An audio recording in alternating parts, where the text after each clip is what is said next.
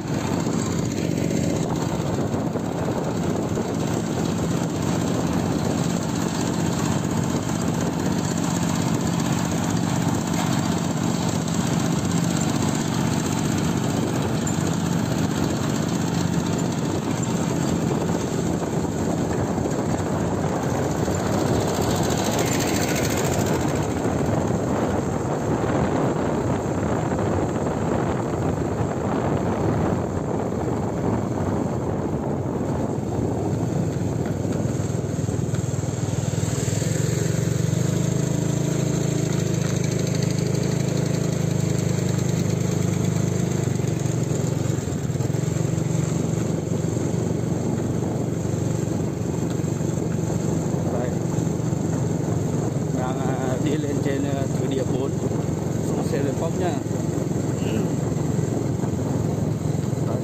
Nước rất nhiều. Hôm nay là phải đi qua thủy điện 4.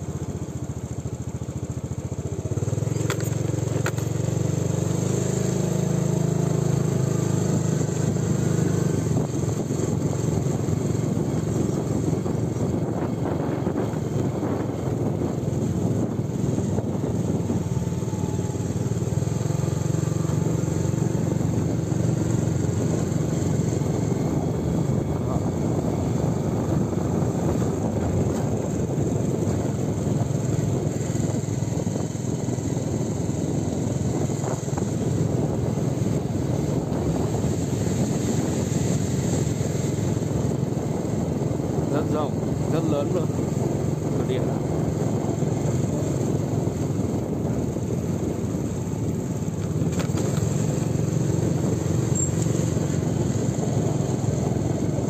Các cái thắt cát thủy điện rất lớn rồi.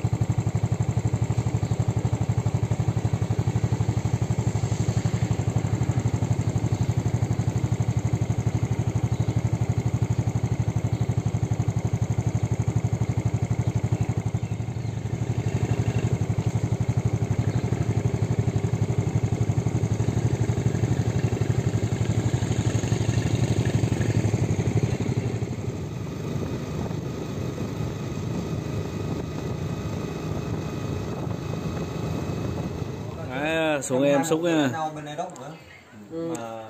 Đây, của anh trai anh Vư nha.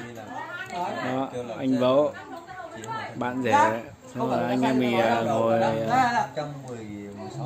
thịt gà xong nha, lạc rang lạc ăn đấy nhá. Nó là ngày 30 tháng 4 đi ăn xuống chơi nhá.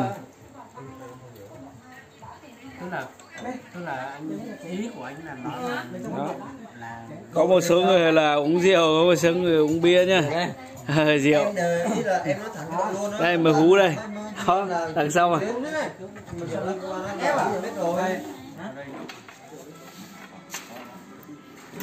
ăn vào đâu à? nhà đô định mua được không? Hả? Gì đấy? Vịt à? Không, em lên ngã tư có ngang, mua có ngang. Ngã tư à? Bán ngã tư được. Và ấy mà thăm mà. Luộc. Cái nào luộc đấy. Nó luộc nó chấm mắm.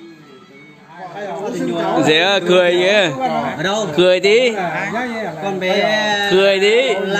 Lan Hương của anh kia Sao cười giống như khóc vậy? đây, sai rồi. Sai rồi. Cho bác ấy. Cháu bảo con người ai? Gửi đâu, quay Cho vợ đấy. đâu đi lâu lâu đi xuống Ê Súp quay một tí về kỷ niệm.